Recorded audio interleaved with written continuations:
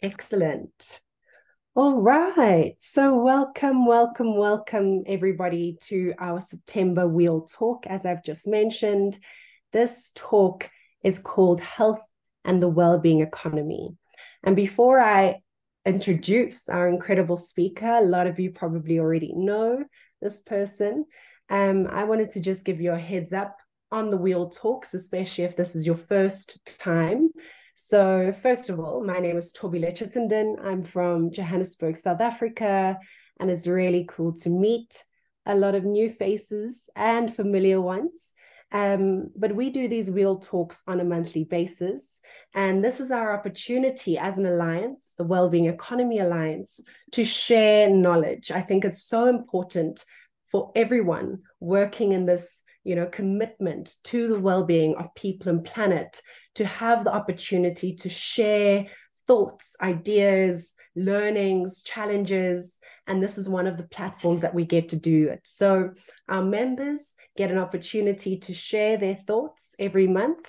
And yeah, we also get then the rest. So it's a 30-minute, 40-minute presentation today. And then the rest of the hour is for us to be able to engage and ask questions and provide comments or critique, whatever it is. But we're really wanting to hear from you as well at the end of the session. So please do pop your questions or comments into the chat. We want to keep this as engaging as possible. And please note that questions will be answered, especially at the end of the talk. So first off, I want to introduce David Somekh, who is our speaker for today. And let me just pull his bio quickly. Really excited to introduce him to you.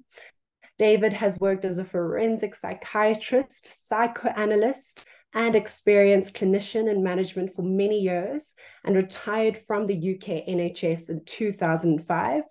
He had been involved in healthcare quality since 1988. He was a member of the executive of the European Society for Quality in Healthcare since it was founded in 1998 and was president in 2005 to 2007. He was a member of the EC Expert Group on Patient Safety and Health Quality from 2008 to 2016. And him and his three colleagues set up EHFF, which is the European Health Futures Forum, a non-for-profit network organization which started in 2013, looking at more sustainable models of healthcare than the current ones. And he's the current network director of a EHFF. EHFF is also now a charity registered in Ireland, and it's served on the steering groups of several tenders commissioned by the European Commission related to patient empowerment, self-management, and self-care. So I know he's going to share a lot more, but I want to also mention that he is also closely involved in recent European policy actions related to the well-being economy, and of course is a member of the steering group for the WEAll Ireland Hub, who I'm sure are representing very strongly today. So with all that being said, a huge welcome and round of applause to David, who will be doing his presentation shortly.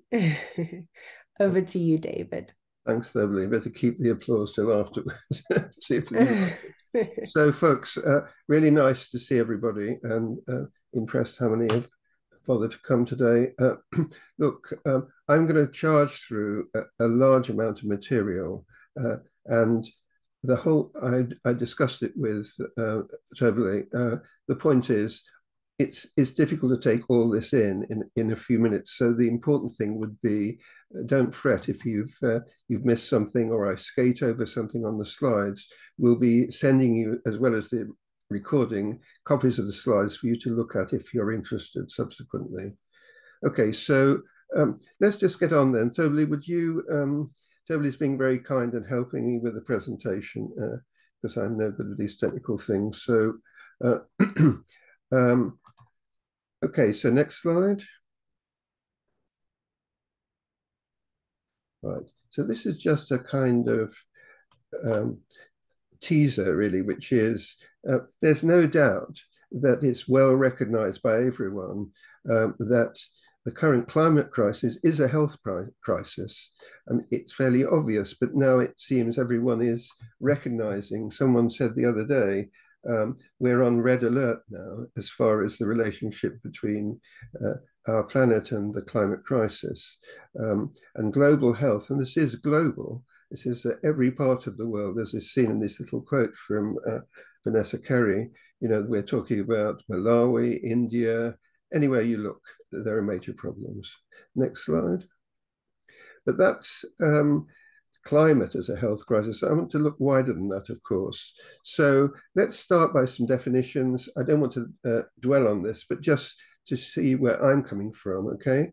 So the first thing, next slide, is I was lucky. I've interviewed various people in the course of getting to know the WEAll movement and being involved in it. And I talked to Stuart, who in a way is the godfather and the founder of WEAll, with a lot of help from his friends, of course. But and Stuart's a very articulate speaker, very clear. So the things that he talked about, some of them with me are already on the website anyway, so I suggest you look at it if I jump over them quickly. But for me, the crucial thing is this is about system change. It's about the change of the economic model and how it affects the rest of our lives. And that's really my focus. But let's next slide. So as Stuart said, it's the 4 U's: unsustainable, unfair, unstable, and people are unhappy about it. That's the basis for change in the current economic system. And what we want, and this is the kind of strapline for WEAll, isn't it, is an economy that works for the well-being of the planet and the well-being of our society. Now, in some ways, the well-being of the planet is, it doesn't have to be explained. We know that it's been damaged by the extractive economy and various other forces. I want to concentrate on what we mean by the well-being of our society. Next slide. So just as precursor to that, and again, this is on the website, these are the principles of WEAll, prioritizing needs over wants, regenerating the natural world, supporting fairness. This is an interesting one: repurposing institutions to serve the common good. It's recognizing that, alas, people have somehow lost the plot. Institutions that are supposed to serve the common good somehow get derailed by political and other forces. And also the idea of people being engaged, feeling valued and connected, which again is something we know from our current reality. People feel powerless, they don't feel connected, or that they have a voice.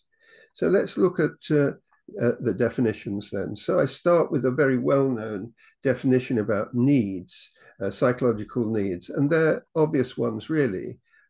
Physiological needs like hunger, thirst, shelter, and so on. Safety needs like, well, you know, going out into your environment and not fearing attack, having a roof over your head, and so on. And then moving up the hierarchy from those very basic things, the notion of love and belongingness, which is so much part of being a human being. And then esteem, which is obviously both feeling other people value, but valuing yourself, that's central. And then finally, this notion of self-actualization, achieving one's potential. I think that's a bit in the skies somehow, but the importance of people having the opportunity to achieve their potential, I think, is part of the WEAll concept.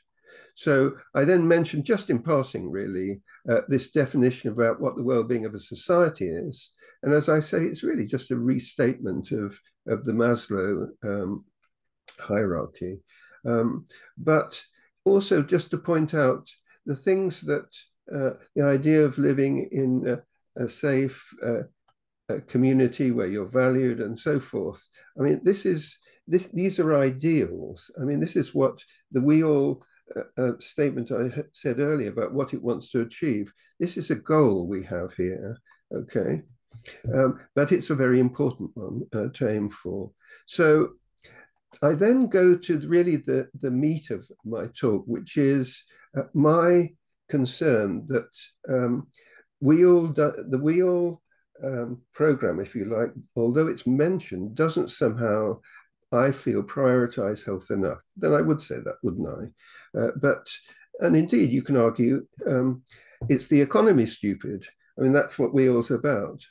Now, I did say, to be fair, if you go into the 80 or so case studies which are cited on the website, there are roughly 10 that are about health and the environment, but only about health and the environment, not other aspects of how health and the economy interrelate. Next one. So this is my challenge then. You see this little cartoon. This is my wife particularly like this one. Let's just agree to disagree about how wrong you are. So the health, really, there are three kinds of ways of looking at health. First, actually what now in the business, some of us would call sickness care, not health care, because it's really about successful treatment of illness, but not so much about maintaining health. I think that's the second strand, which is prevention of sickness and resilience across the life cycle. It's the notion of helping people, from the earliest stages of their education, understand about how important it is to look after their bodies, and indeed, especially given we're living longer, how important it is towards the end of our lives, like me, where we may be wearing out, bits of us, but we can still maintain a decent quality of life by taking care.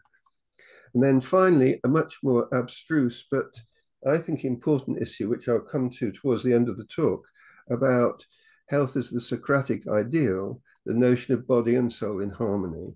That sounds terribly fancy, but I'll come back to it and see if it makes sense later on. Next slide. So I started off really by talking to one of the people who've contributed to the WEAll materials, and is a very bright spark, a professor in Paris, Wellbeing. And the thing is, sorry, I've jumped a bit. The key thing is to recognize about health and the social ecosystem is everything connects with everything else.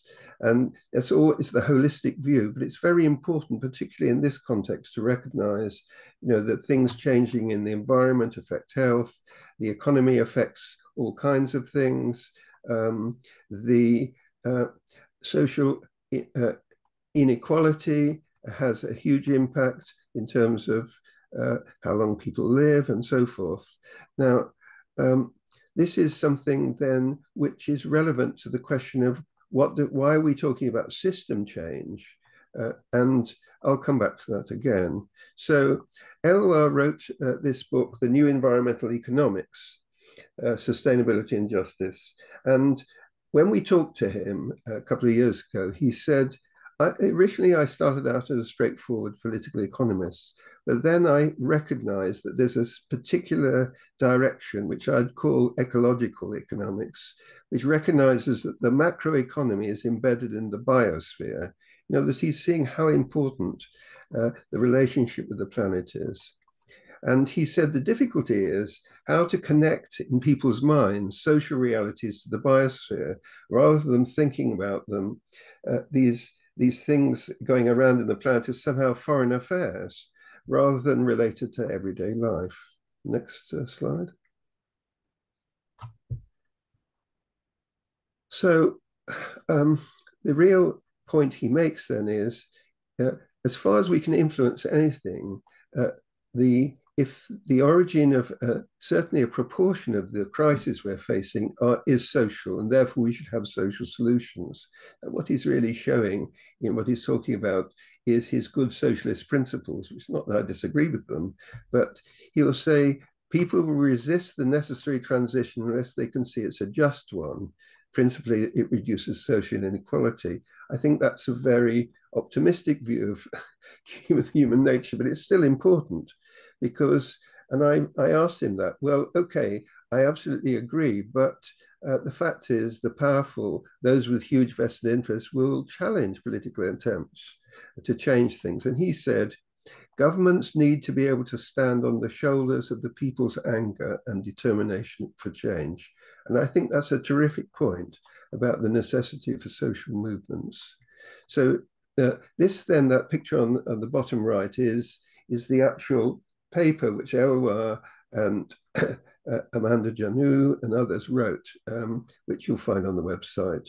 And this takes up another aspect of this, which is actually not the economics and the biosphere, but in fact, health and the environment. Next slide.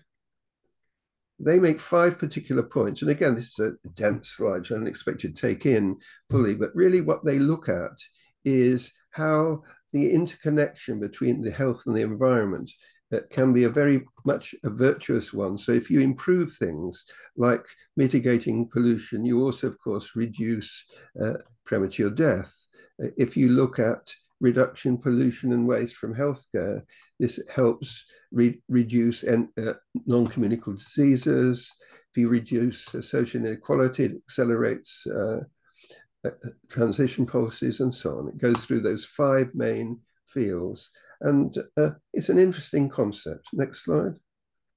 As I say, you can look at it in leisure from the thing on the website. Now, I want to just take up a few points they make in the paper because, I mean, it's 20 odd pages, but I think it's a fundamental about understanding what the economy is. And as they say, every good we produce ultimately comes first and foremost from the earth.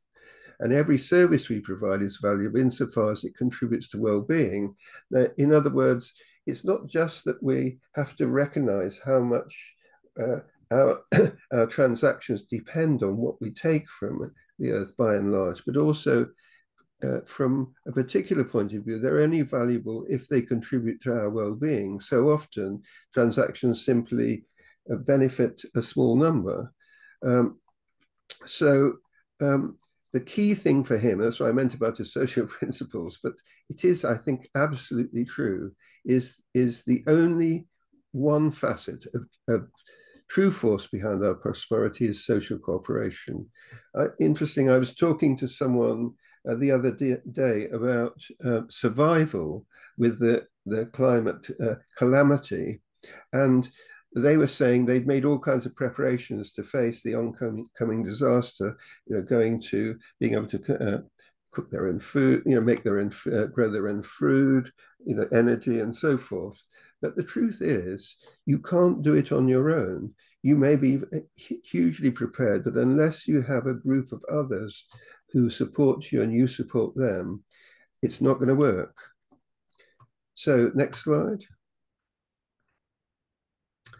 So I think the point is that we have to recognize that there's a co-beneficial, sorry, let me get that.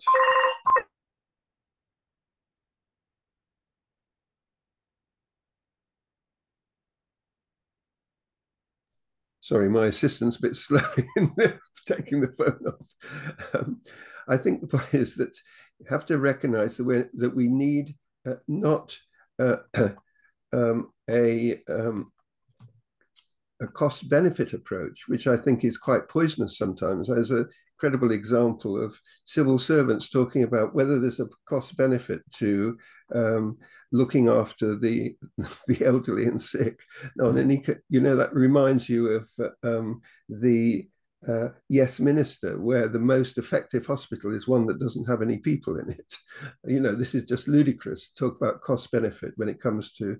It's a different matter about not wasting things. But the point Elwar makes and his colleagues is the cost-beneficial approach that counts, recognizing the intrinsic interconnection between social and ecological systems.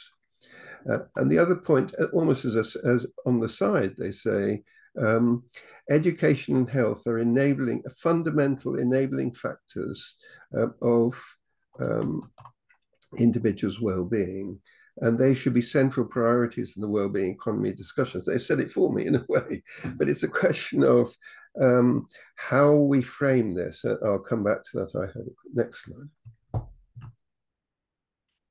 So then we come to one of our charismatic leaders in another ecological economist, of course, Tim Jackson, who spoke very eloquently at the huge conference in the Brussels Parliament in May of this year.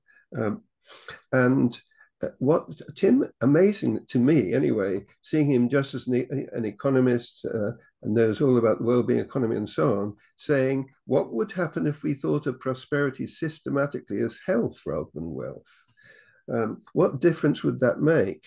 And of course, what he comes to is something that a lot of people talking about alternative economies have raised, which is the concept of enough.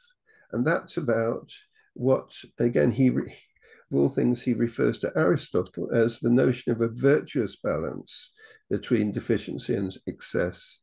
And there he means not just a moral virtue, just but actually really being smart about how we live our lives. Next slide. But then Tim goes on, I think, to say something really very dramatic, for me anyway, which is, it's clear that care is not just cure. It's not about selling drugs, medicines, nursing people, bringing up children, looking after the elderly. It's really fundamental to how we live our lives, how we organize our societies, how we run our economies.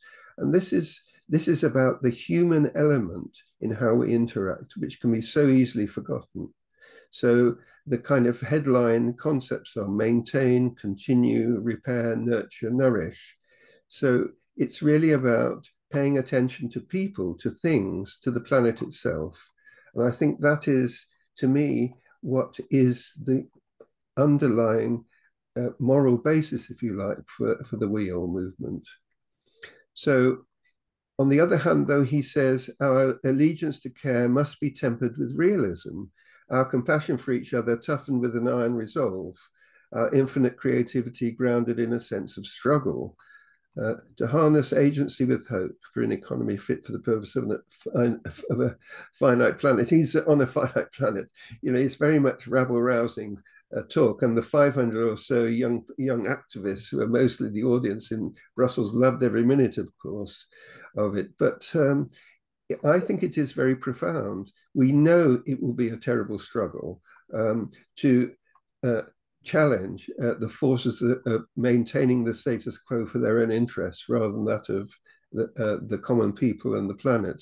But this is where we are. It's reality. Next slide. So this comes back to then Socrates, because it seems to me it has raised the question of the moral aspect of this.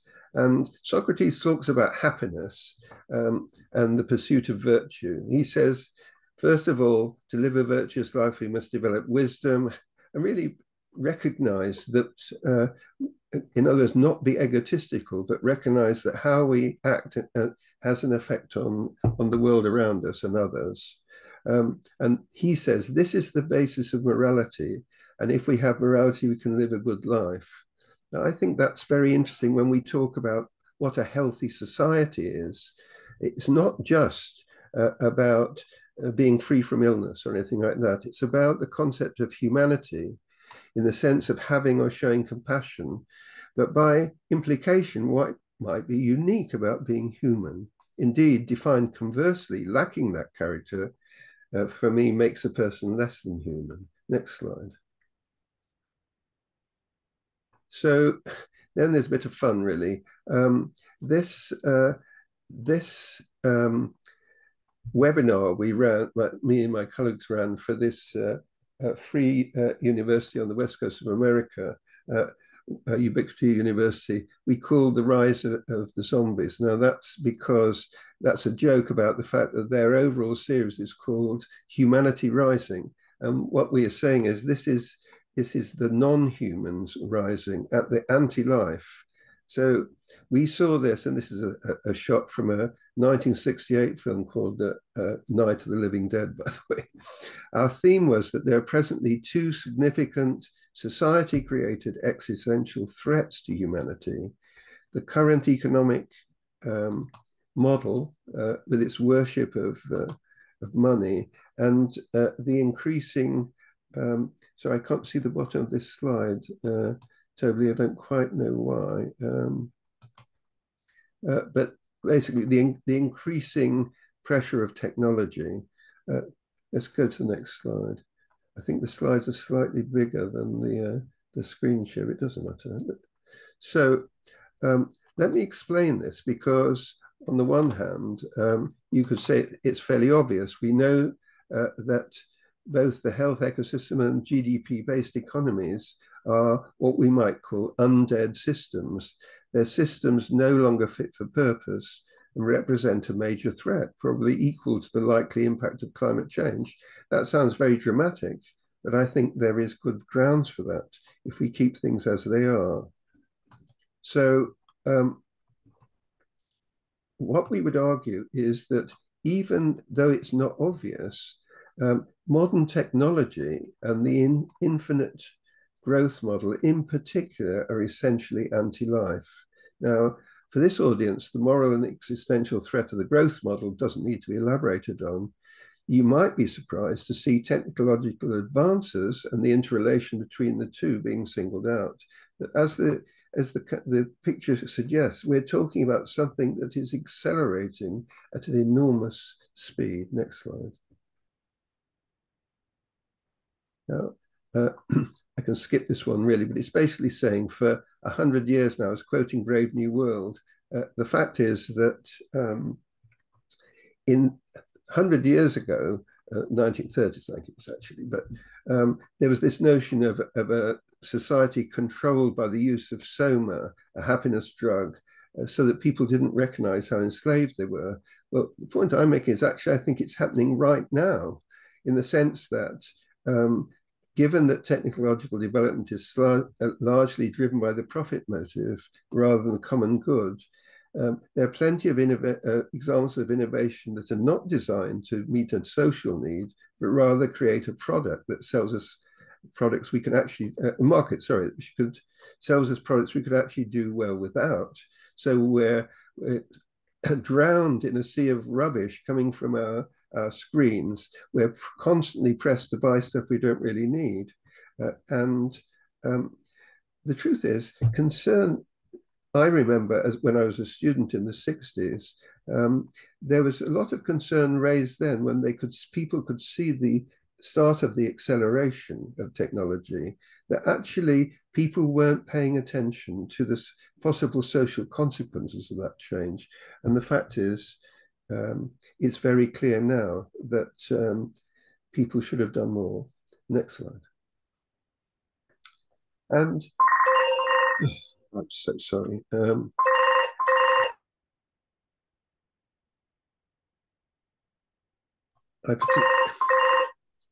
Sorry. I particularly asked that no one rang while I was speaking. There you go.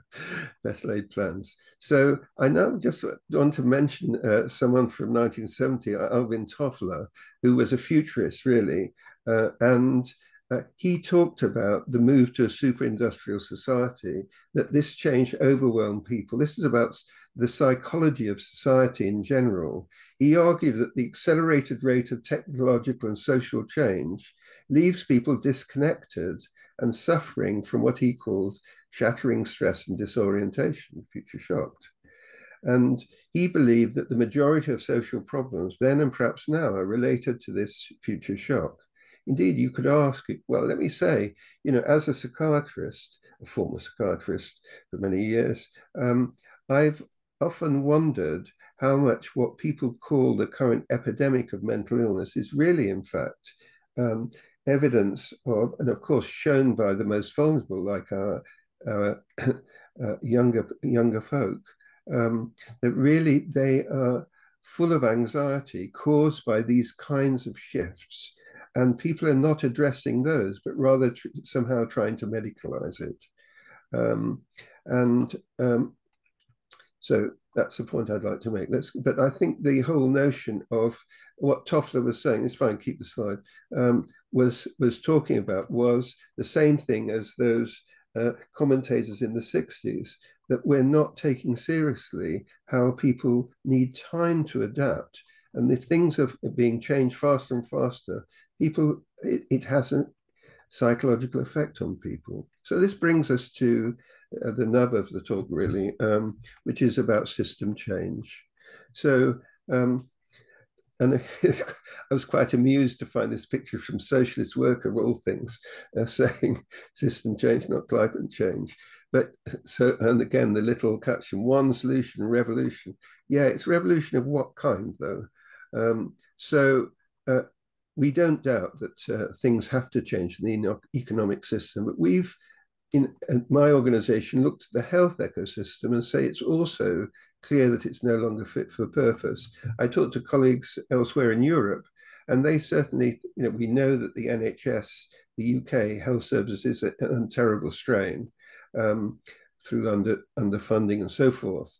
But I think it's quite clear in places like the Netherlands and so on, where we thought that everything was fine, actually structural cracks are showing. And that's certainly true in the States, even though I acknowledge we don't know enough about the BRICS nations to comment on their situation. Next slide. So again, this is just something that maybe you could go and look at some other time, but this is the kind of work we've been doing, which is using a scenario method to look at the systems notions, look at the health ecosystem as a whole. And this is so there are three horizons you look at. I think I talk about on the next slide. First of all, the present day. Secondly, Horizon 3, which is a future which will be constantly changing, but which we can kind of guess is where we'd like to be. And then the second most important horizon, Horizon 2, which is about the possible path for getting from where we are to where we might want to be. So this is just simply a simple diagram of course, it's not simple at all, but it's showing the kind of key elements that maybe are most important in where we would want to be. I just highlight future awareness. It's the whole notion of a health ecosystem that is actually facilitating adaptation and evolving rather than trying to maintain the status quo. Next slide. So again, a bit more description of what we've done and as an explanation. I think what I'd talk about most, I suppose, is the elements that came out of our Horizon 2 analysis, which were the importance of, I don't know whether I do it on the next slide. Let's just slip to the next slide and see whether I did talk about it. No, I didn't. Just go back for a second then, terribly sorry about that. The elements that came out of Horizon 2 most impressed us were, of course, we would see digitalization as being an important aspect of change, better health literacy, undoubtedly, because that's an essential part of prevention. But the thing that, and one or two other things, but what really struck us, and again, awareness of the connection with the environment, was bottom-up movements. The fact that there will be pressures from the bottom up to really change things. And I think this surprised us of how strong that factor came out in people's impressions, but we think it's absolutely right. And again, when you talk about scenarios, the key thing that scenario experts tell you is scenarios are simply guesses about how the future might turn out. But one of the things you look at is plausibility. And we think there are certainly very plausible aspects to the model that we uncovered. And of course, it will change. It may be different in different countries, but it's worthwhile, I think. Next slide. So then to ask, so what does it look like if you were able to change the health ecosystem currently? And I think they're fairly obvious, some of them, to people who are in the trade. Focusing on prevention as much as treatment. People have been talking about it for years, but they've not been able to persuade people to fund it.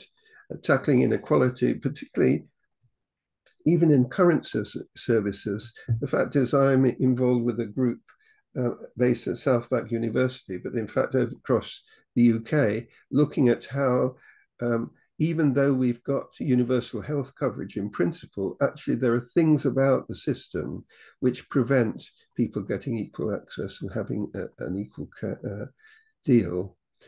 And part of that, I think, is decentralizing decision making so that local needs are met. This is about power bereavement, if you like. People at the top want to hold on to things. And yet we saw with the pandemic, certainly in this country, that when local service were allowed to take on management of the thing, it worked so much better. Then I've already mentioned health education, health literacy, really important, I think, especially and across the life cycle, as I said earlier in the talk, about getting kids in school to understand better about this and for that to continue throughout life. Of course, encouraging a culture of responsibility and collaboration. Collaboration is essential to these kind of social changes. Responsibility, of course, is both feeling responsible for others and for yourself.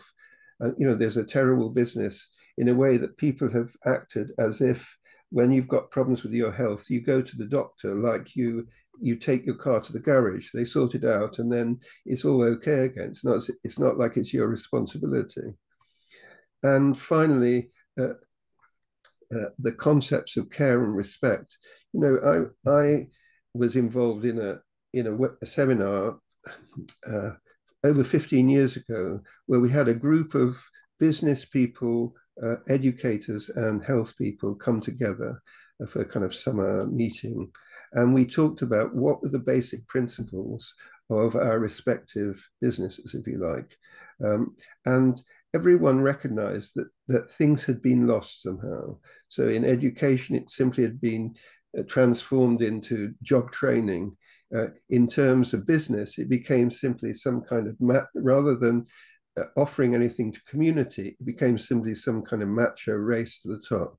And in healthcare, the notion of care had somehow been lost. It is simply about resource management. So next slide. So just to finish it off, because I know I'm well over time. So what I've learned from looking at this, for the purpose of this talk that I've been wanting to do for ages anyway, is ones which are, you could say in a way, they're all very obvious. The health of the planet and society interwoven, a climate emergency is a health emergency, education and health are fundamental enabling factors of individual care, individuals' well-being.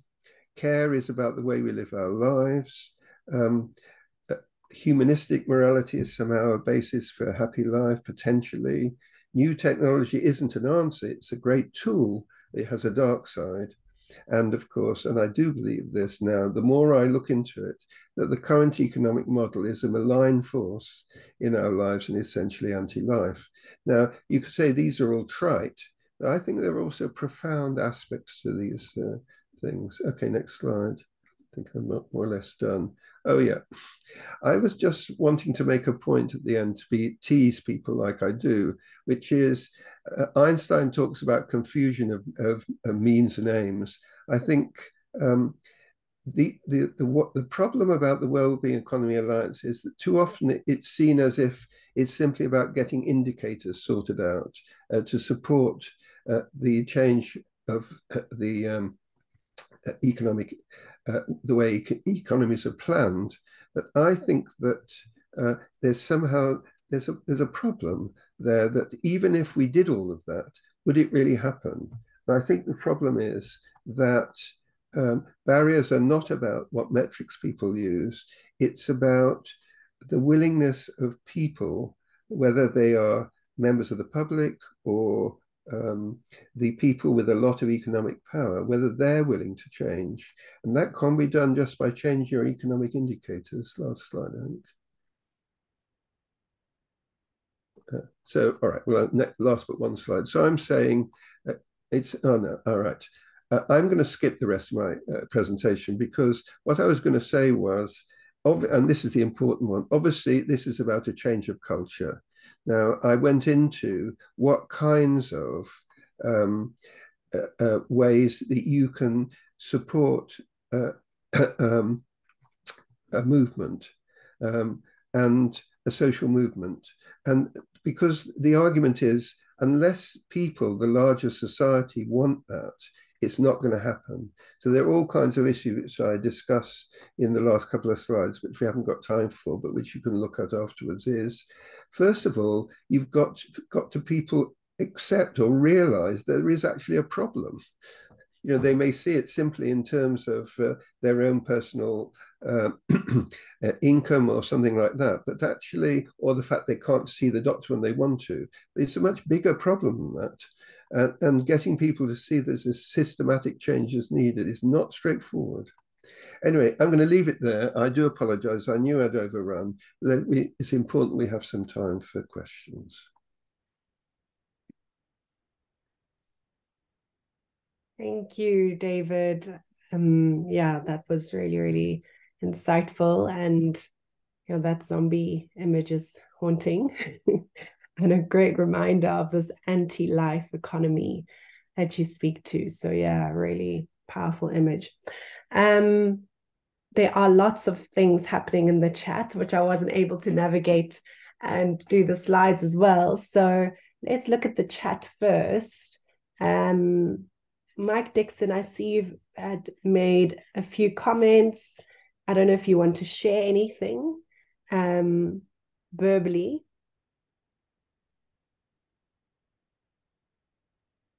David, you muted. And Mike, I don't know if you're wanting to share.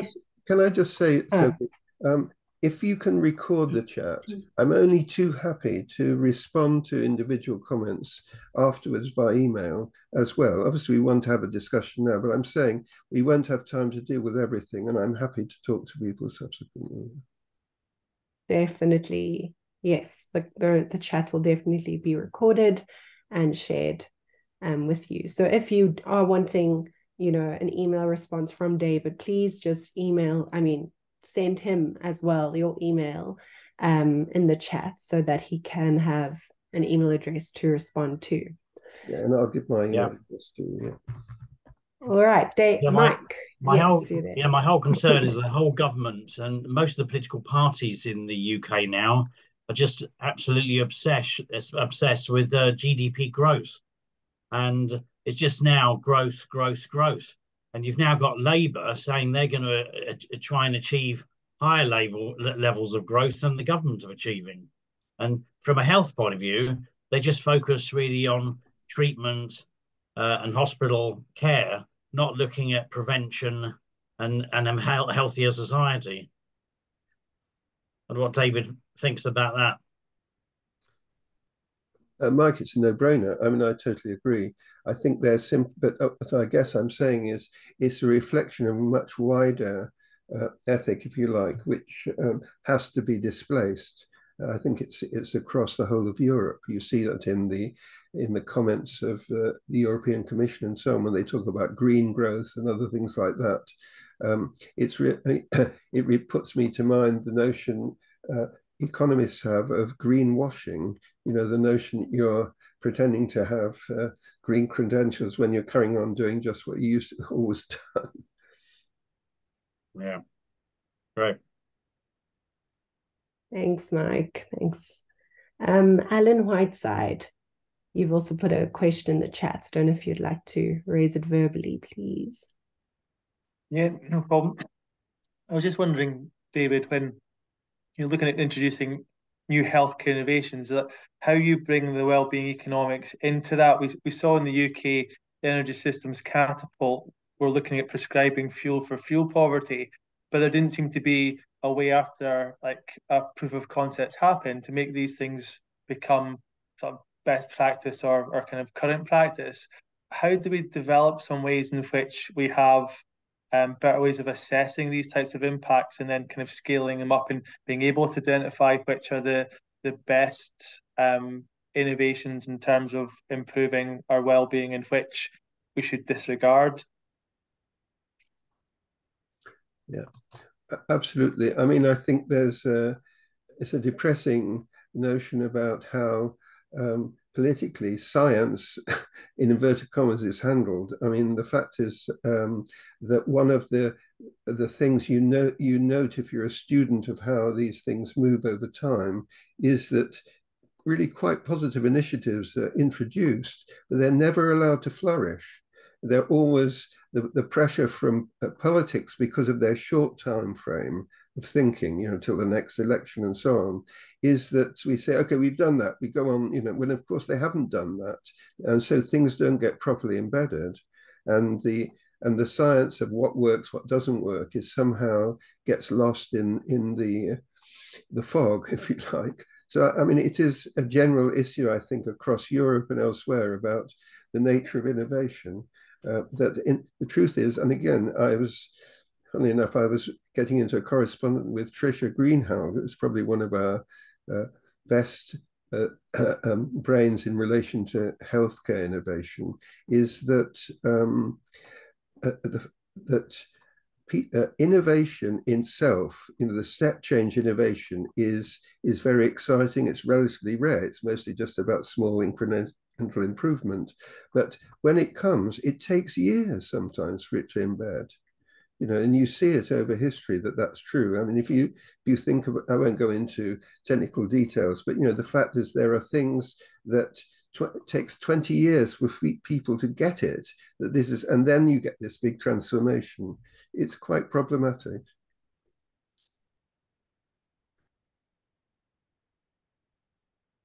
Great, Alan, thank you. Gail, I saw you also said in the chat, how do we get there from here? So I don't know if you would like to elaborate, or if David, you can respond. It says, what are the steps or focus of action? Yes, perhaps Gail, could you say something about what's particularly in your mind there?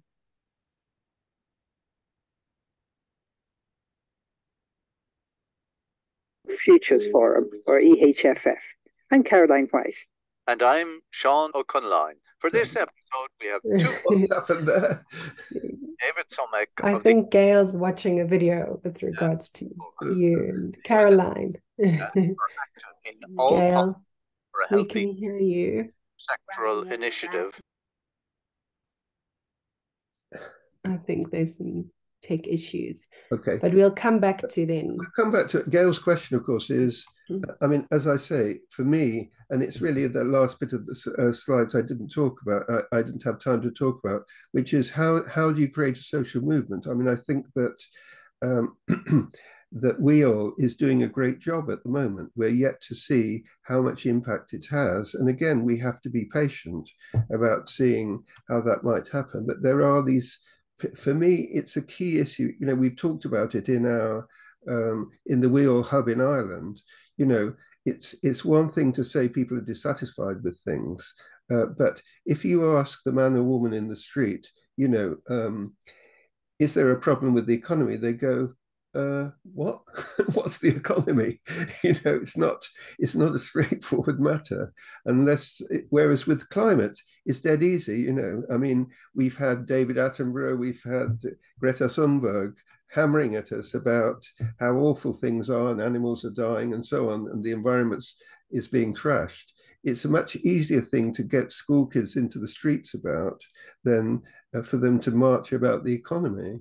And it's quite a challenge for us wanting that change, It's true. I wish Simon's Highshurst was here, but he's traveling back from Mexico.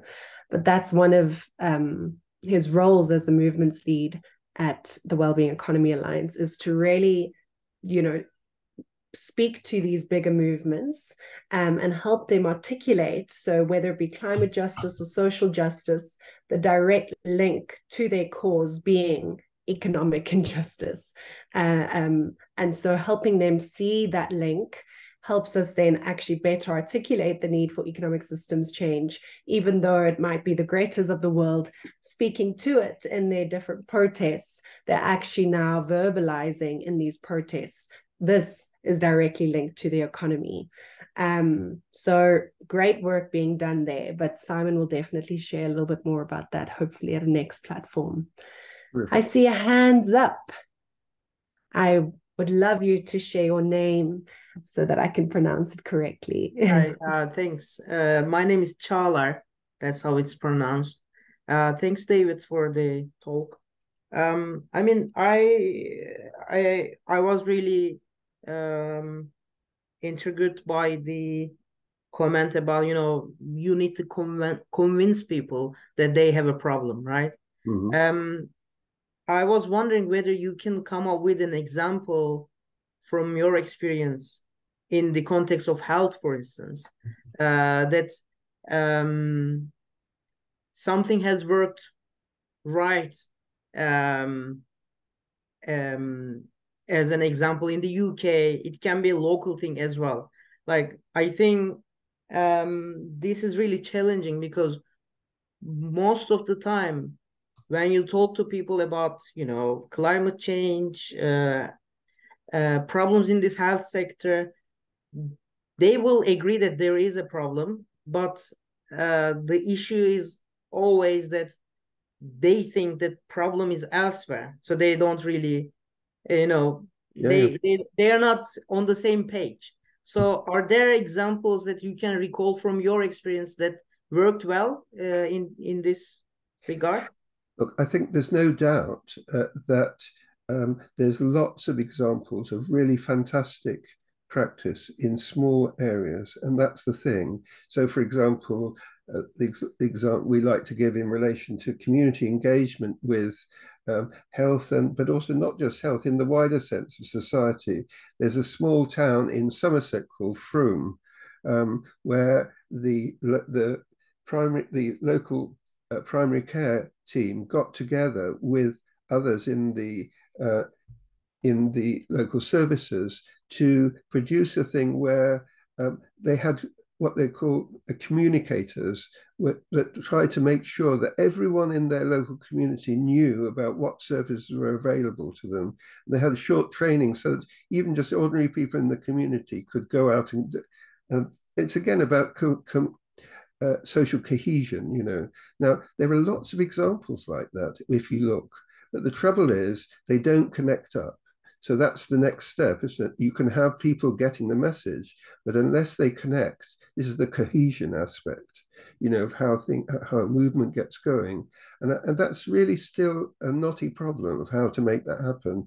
I mean, like in the WEAll hub in Ireland, we recognize other groups who have got parallel aims, if you like, but it's how to get to work together without just simply getting into an argument about who has what resources and so on. It's tricky. But the fact is, the will is out there in a scattered form. It's about getting greater momentum going, really, by bringing people together.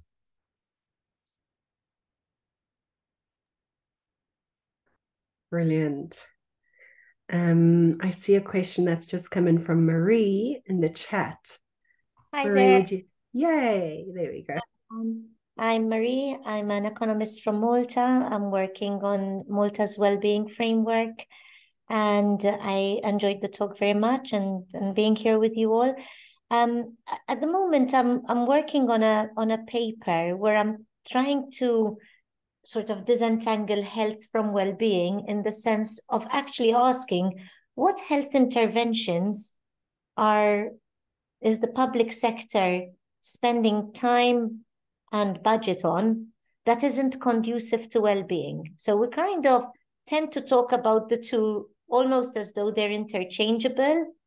Even if you look at the WHO definition, I think it was mentioned earlier, it almost defines health in terms of well-being. But I don't think that is always helpful. There are some interventions which target better health, which don't beget better well-being. What do you think about this, David? I think it's a very interesting observation. And I think it comes, for me, just a quick answer. I haven't had time to think it through, but there's no, one of the things is simply about resource allocation, isn't it? If we always will have limited resources for the kind of health that we want to support the society, our society in having. And it's where you put your emphasis. So I would argue that even though it's fantastic, you can do incredible surgeries, to deal with small numbers of cases that we previously thought were untreatable. Actually, the amount you spend on that compared to spending it on increasing the effects of the drive to prevention, for example, is disproportionate. It's about balance. And I just think that there's a real problem there, because it's what in terms of technology and these advances, I would talk about the shiny toy syndrome. The fact it's very attractive, this very clever stuff, but the fact is also bloody expensive. It's like the whole notion of questioning: do we really want to spend millions to see what's happening on other planets, when we're not looking after our own planet? And I think there is that element in healthcare, although it's very controversial, of course, because people will say, but my child has had its life prolonged by 3 months. That was fantastic for us. Yeah, but, was it the right way to spend the money? It's very difficult.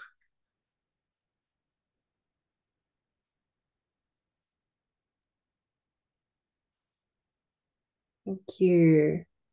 Well, we don't have time to get another question. We've just got 1 minute left. But a huge, huge, huge thank you to you, David, for your time, for your energy, just for sharing your knowledge. We really, really appreciate it. So a huge big ups to you. And thank you to every single person that has also given of their time to participate and ask questions and observe and absorb this knowledge as well. We hope you can stay connected to WEAll, especially those who are not part of the community. You can definitely email me at torbilia@weall.org. I've just popped it into the chat if you'd like to be in this network and this alliance. Please do email me. And yes, I will be sharing the recording of this as well as the presentation of again, especially to those people that weren't able to attend. And I want to mention that our October WEAll talk is by one of our WEAll ambassadors, Derek Hamilton from the US, and it will be on human rights economies, building human rights economies. So as soon as we have the date and time confirmed, we will be sharing more information. So that is it from me. David, just last words. Thank you, Toby, for looking after me in this presentation. But and certainly to echo something Anna said in the chat, and I've already said it. Really, I'll be delighted to carry on the conversation with people, and you've got my email there somewhere, and hopefully we can talk some more with a bit more leisure. So thank you very much. Brilliant. Thank you, everybody. Bye. Bye.